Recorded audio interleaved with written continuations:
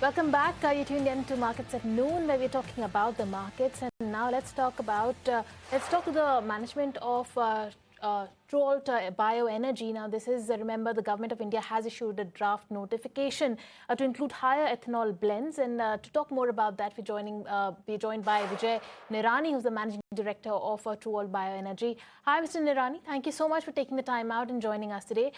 Firstly, this government notification, draft notification to include the higher ethanol blends, including the E85, it's a major policy push. But how realistic is this really in the larger scheme of things as far as the large-scale implementation is concerned in India?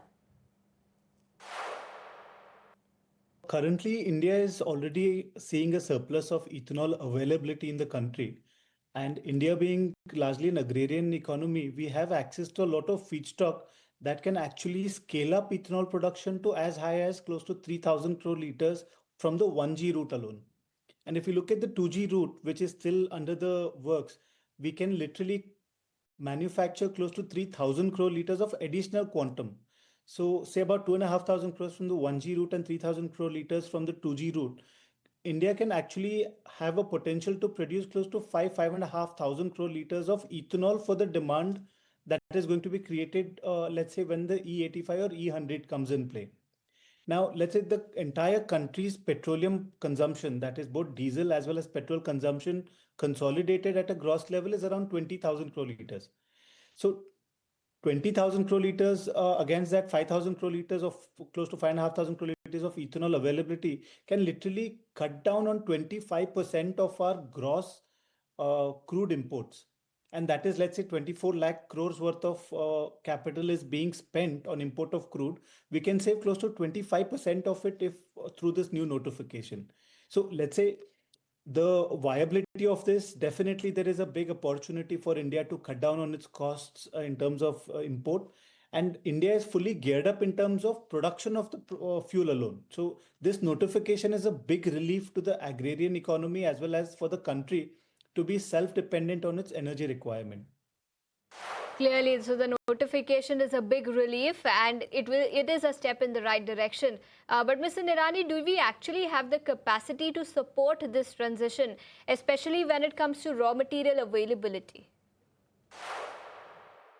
Absolutely. So when we say raw material, India has close to about 35 million metric tons of sugar cane that is being produced each year. And we only consume close to 28 lakh million metric tons. This I'm saying on the sugar alone. And we have close to 7% of the gross sugarcane crushed gives out molasses, which is the second raw material that we can use. One is syrup, two is molasses. Now, if you look at maize and rice, we have close to 34 million metric tons of rice production and close to 26 odd million metric tons of maize production. These are more than sufficient for us to produce close to 2,500 crore liters of ethanol without even disturbing the production pattern and the export pattern of these food products for human consumption. So we have enough on the 1G route.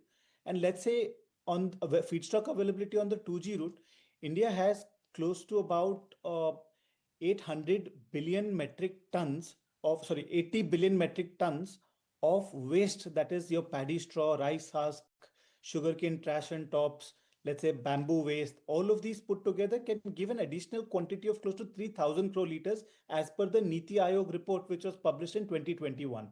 So feedstock wise, we have zero concerns to be able to contribute close to 5,500 crore liters of ethanol without any doubt. Also, Trolt is currently operating at a monthly ethanol production of around 5.5 to 6 crore liters. How do you plan to scale this further, and what does your capacity expansion roadmap look like?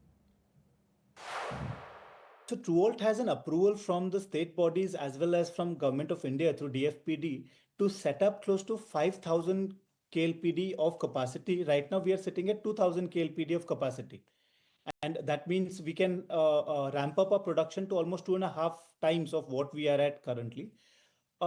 Looking at the current demand and supply gap, we have slowed down our growth plans in the ethanol space, but through Trolt, we are putting more of our investments into compressed biogas as well as sustainable aviation fuel, where ethanol gets diverted into aviation fuel. But our plans for further growth in the ethanol space is not there. So we already contribute close to 7% of the country's gross production capacity, right? So let's say 1,100 crore becomes a current demand, and 65 crore liters is what we can produce. So 6.5 to 7% is what we already have as a capacity in a very fragmented business. So we don't have any plans to further scale up ethanol plants just yet. We'll wait and watch for this E85 and E100 to be fully scaled up for vehicles to start being adopted by consumers, and then we start investing.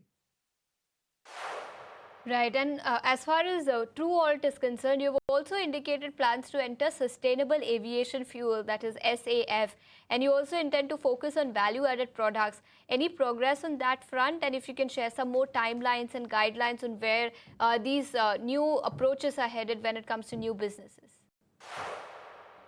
So that's a big sustainable aviation fuel is a big opportunity for our company at TrueAlt as well as our country India, because we have the potential to be a net exporter of the aviation fuel, sustainable aviation fuel. Now, as we know, since the Middle Eastern conflict has begun, the price of air turbine fuel has almost doubled from the in the last 6 to 7 months. So fuel that was being sold at 110 rupees a liter is now costing them almost 180 to 200 rupees or 210 rupees also at some places.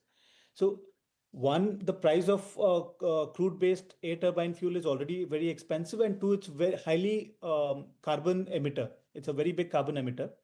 And just last week, about 8 or 10 days ago, we saw that Government of India, that is Petroleum Ministry, has already passed another gazette to allow for hydrocarbons to be blended into ATF, and ATF can be consumed by the airline carriers or aircrafts which have hydrocarbons into them. That's a big step into the blending of SAF or promotion policy of SAF, right? So we are very excited about it. And in terms of us at TrueAlt, we have already identified land, we have already identified a technology provider. Our design and engineering works is undergoing. Our target to commission this plant is somewhere between the third quarter of next year, uh, which currently seems a little too ambitious, but maybe a quarter here or there, we will be able to commission this plant. And this plant of 300 KLPD, or rather 100 million liters of capacity, would be one of the largest SAF plants in the world. So we're very excited about it. All right, Mr. Nirani, on that note, we'll let you go. Thank you so much for taking the time out and joining us. And with that, it's time to wind down on this edition of Markets at Noon. Ashish and I will take a leave. Thank you so much for tuning in.